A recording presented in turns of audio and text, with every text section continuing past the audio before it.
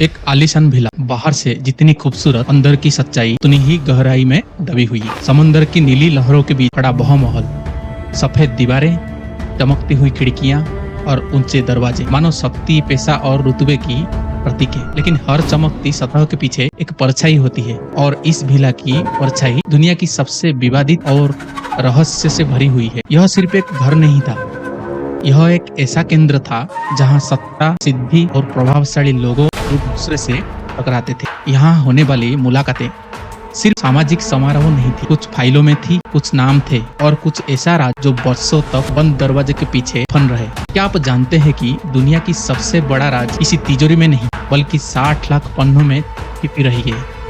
कल्पना कीजिए एक ऐसा दुनिया जहाँ पैसा सिर्फ कागज का टुकड़ा नहीं, बहुत ताकत देता है और कभी कभी इंसानों को कानून से भी ऊपर कर देता। एक ऐसा दुनिया जहाँ दुनिया के सबसे अमीर लोग, नामी वैज्ञानिक और शाही परिवारों के सदस्य एक ही टेबल पर बैठते थे। लेकिन इसी चमकती दुनिया के पीछे एक ऐसा अंधेरा जिसने पूरी इंसानियत को हिला दिया। जब एप्स्टीन फाइल सामने आई तो वो सिर्फ कागज का फाइल नहीं थी, वो जलते हुए सवाल थे, शक थे और ऐसे रहस्य थे जिन्हें सालों तक दुनिया की नजरों में बचा कर रखा गया। क्या यह सिर्फ एक अमीर आदमी की संपत्ति थी या फिर एक ऐसा मंच जहां इतिहास की सबसे गहरी साजिशें बुनी गई? क्या इन फाइलों में पूरा सच दर्ज है या असली हकीकत भी कहीं दफन है? आज हम परत दर परत उस कहानी को खोलेंगे, जानेंगे कि ये जेफरी एप्स्टीन आखिर था कौन, उसकी फाइलों में आखिर क्या लिखा और क्यों यह मामला आज भी पूरी दुनिया की नींद उड़ा देती है। जय जगन्नाथ दोस्तों, 20 जनवरी 1953 जेफरी एप्स्टीन का जन्म ब्रुकलिन, न्यूयॉर्क में हुआ है। वह एक साधारण परिवार से था। उसके पिता न्यूयॉर्क सिटी की पार्क विभाग में काम करते थे। एप्स्टीन पढ़ाई में तेज था, खासकर गणित में। उसने ब्रुकलिन कॉलेज और फिर कूपर यूनियन में पढ़ाई की, लेकिन अपनी डिग्री पूरी नहीं की। इसके बावजूद 1970 में से मैनहट्टन की प्रतिष्ठित डाल्टन स्कूल में गणित पढ़ाने की नौकरी मिल गई। वो कुछ दिन पढ़ाने के बाद सन 1976 में उसने टीचिंग छोड़ दी और इन्वेस्टमेंट बैंक बियर स्ट्रीम में नौकरी शुरू। वह ऑप्शन ट्रेडिंग में काम करने लगा और जल्दी ही फाइनेंस की दुनिया में अपनी जगह बनाने लगा। कुछ साल बाद वह कंपनी से अलग हो गया और खुद को हाई नेटवर्थ क्लाइंट का फाइनेंसियर बताने लगा। उसने अपनी कंसल्टेंट फर्म बना दी और दावा किया कि वह सिर्फ अरबपतियों का पैसा मैनेज करता है। हालांकि उसकी असली कमाई का तरीका कभी पूरी तरह से स्पष्ट नहीं हो पाया। यह चिंगारी को आग देने में लेस्ली वेक्सनर असली टर्निंग पॉइंट था। 1980 के दशक के अंत में उसकी मुलाकात फैशन इंडस्ट्री के बड़े अरबपति लेस्ली वेक्सनर से मुलाकात हुई है, जो कि विक्टोरिया सीक्रेट और एल ब्रांड की संस्थापक थे। उसने एप्स्टीन पर बहुत ज्यादा भरोसा कर रहा था। वेक्सनर ने अपनी संपत्ति को देखरेख करने दी और उसके साथ भी power of टर्नी they the. New York का बड़े से महंगा घर, टाउन हाउस उसको फ्री में दे दिया। एप्स्टीन अमेरिका इलाइट सर्कल में इसी के दौरान एंट्री मारी। कहीं से उसकी काली दुनिया की शुरुआत हुई। एक ऐसा मोड़ जहां एम्बिशन ने एथिक्स को पीछे छोड़ दिया, जहां एक्सेस ने अकाउंटेबिलिटी को निगल लिया। न्यूयॉर्क की आलीशान दफ्तरों में और बंद दरवाजों के पीछे एक नया नेटवर्क बन रहा था। ऐसा नेटवर्क जिसमें सिर्फ पैसा की नहीं, रिश्ते का भी कीमत लगाई जाती थी। धीरे धीरे उसका दायरा बढ़ने लगा कि private jets, exclusive party, close door meetings, दुनिया की प्रभावशाली लोगों के साथ उसका उठना बैठना होता था। एक ही सर्कल में दिखाई देने लगे। लेकिन सवाल यह नहीं था कि वो किन लोगों के साथ मिलता था। सवाल यह था वो इन मुलाकात के बदले क्या ले रहा था और उन लोगों को क्या दे रहा था। आखिर एप्स्टीन काली दुनिया का बादशाह कैसे बना? इसका पीछे ग्लोबल इलाइट नेटवर्क आते हैं। फिर उसकी जिंदगी में आई जिसेलेनी मैक्सवेल, जो कि हर गंदे कामों में एप्स्टीन को साथ देता था। आखिर मैक्सवेल कौन था? वह British media tycoon Robert Maxwell की बेटी थी। मैक्सवेल का सोशल बैकग्राउंड बहुत मजबूत था, जिसके साथ वो रॉयल सर्कल तक उनकी पहुंच थी। इसी के दौरान एप्स्टीन का नाम जुड़ा प्रिंस एंड्रू से। प्रिंस एंड्रू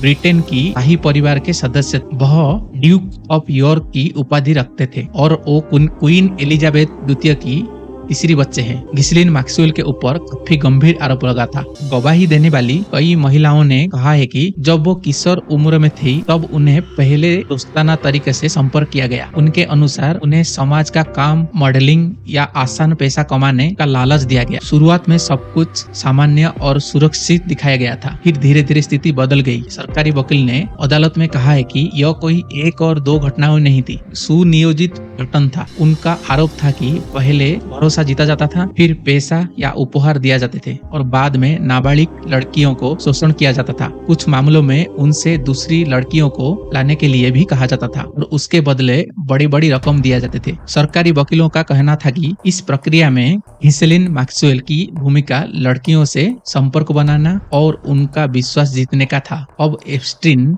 सिर्फ अमेरिकन फाइनेंसर नहीं रहा, वह ट्रांस अटलांटिक इलाइट नेटवर्क का हिस्सा था। उसके पास एक प्राइवेट जेट था जो कि मीडिया ने उसे ललित एक्सप्रेस के नाम पे बोला गया था। उसके पास और एक आइलैंड था, इसको लिटिल सेंट जेम्स आइलैंड के नाम से जानते थे और इसको एप्स्टीन आइलैंड भी कहा जाता था, लेकिन बाद में कंट्रोवर्सी का केंद्र बना। बड़ी नाम बड़ी तस्वीरें, उसके साथ तस्वीरों में दिखाई गई बड़ी बड़ी हस्तियां जैसे कि Bill Clinton, Donald Trump, Bill Gates, Stephen Hawkins जैसे बड़े बड़े वैज्ञानिक। कुछ गवाहों के अनुसार उसने इन्फ्लुएंस को करेंसी की तरह इस्तेमाल किया, एक्सेस को पावर में बदला और पावर को कंट्रोल में। न्यूयॉर्क के आलीशान दफ्तरों में बंद दरवाजों के पीछे एक नया नेटवर्क खड़ा कर लिया था। एप्स्टीन की आलीशान विला, बड़े नाम बड़ी हस्तियां और हर तरफ स्पाई कैमरा। वो मुस्कुराता मानो सब कुछ सामान्य हो। हर इवेंट में, हर पार्टी में वो किसी न किसी बड़े चेहरे के साथ खड़ा दिखाई देता था, हाथ मिलाता था, कंधे से कंधे मिलाकर हर एक चीज कैमरा में कैद था। लेकिन तस्वीरें हमेशा पूरी कहानी नहीं बताती, क्योंकि फोटो सिर्फ एक पल को कैद करती है,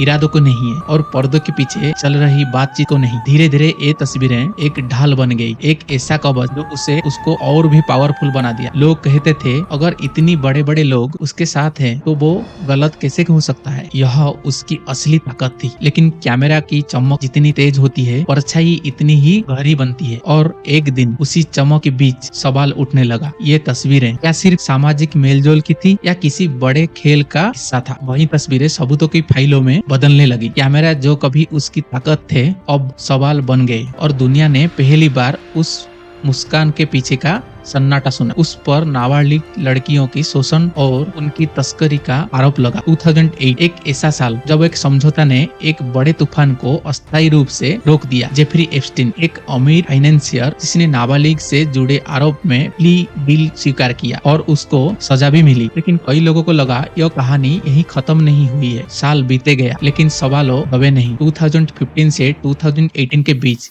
पीड़ितों ने और एक बार आरोप जाहिर की। मीडिया की रिपोर्ट्स ने पुरानी जख्म को फिर खोल दिया। देश पूछने लगा क्या न्याय हुआ था या सच कहीं दबा दिया गया था। जुलाई 2019 न्यूयॉर्क हथकड़ियों में वही नाम। इस बार आरोप और भी ज्यादा गंभीर था, सेक्स ट्रैफिकिंग। दुनिया इंतजार कर रही थी क्या अब वो बड़े नाम सामने आएंगे। लेकिन अगस्त 2019 में जेल की दीवारों के भीतर वह मृत्यु पाया गया। अधिकारी के रिपोर्ट के अनुसार वो आत्महत्या किया था। फिर भी सवाल रह गए, कैमरा क्यों बंद थे, सिक्योरिटी गार्ड क्यों सो गए थे। संदेह की परछाई और गहरी हो गई। अमेरिका के चुनाव के दौरान माहौल और भी गर्म, लेकिन इस बार बहस सिर्फ फोटो का नहीं था, बहस ट्रांसपेरेंसी की थी। लोगों ने पूछने लगे एप्स्टीन फाइल पूरी क्यों नहीं खुलती। सोशल मीडिया पर तूफान, टीवी डिबेट पर टकराव, सरकार पर बढ़ता दबाव। फिर 2025 के अंत से 2026 के शुरुआत तक दस्तावेजों की नई खेप सामने आई। लाखों पन्ने, जैसे कि 60 लाख पन्नों में से 30 लाख पन्ने निकाले गए, हजारों रिकॉर्ड। सरकार ने कहा सच सामने है, लेकिन सवाल अभी भी जिंदा है। क्या सच पूरी सामने है या कुछ हिस्सा अभी भी ढक दी गई है। कुछ जवाब अभी भी बाकी है। 2026 तक यह सिर्फ एक केस नहीं रहा, यह बन गया सिस्टम की परीक्षा। क्या ताकतवर लोग सच में जवाबदेह है। सवाल अभी भी बाकी है। दोस्तों, वीडियो अच्छी लगी है तो एक लाइक एंड एक कमेंट करना। आपकी एक कमेंट हमारे लिए बहुत मायने रखता है। जय हिंद, जय भारत, जय जगन्नाथ।